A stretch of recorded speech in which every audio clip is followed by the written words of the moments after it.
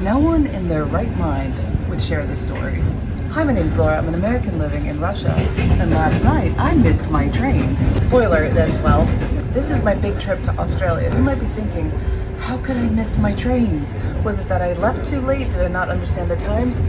Oh no, it's so much worse than that.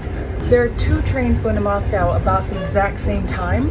I paid extra so that I would have the double-decker with the meals and the shower, and I saw this beautiful train and I was looking at it going, wow, that's such a beautiful train. I can't wait for mine to get here.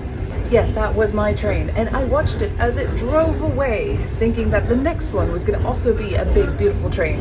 It wasn't. And I realized I was screwed. What I did is I ran and I started saying, I need help, and I very shamelessly asked, what could I do? Well, this is Russia. There's always a solution. They took me on the next train. They're like, we'll figure it out on the way.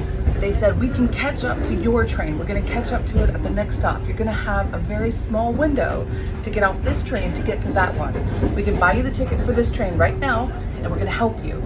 I'd like to believe it's because of my shamelessness and my big smile that got me the most amount of help, because it always gets me out of every single problem I get into, which you might imagine might be a lot. We got to Rostov, I ran off my train, and I got onto my train, and everything was fine.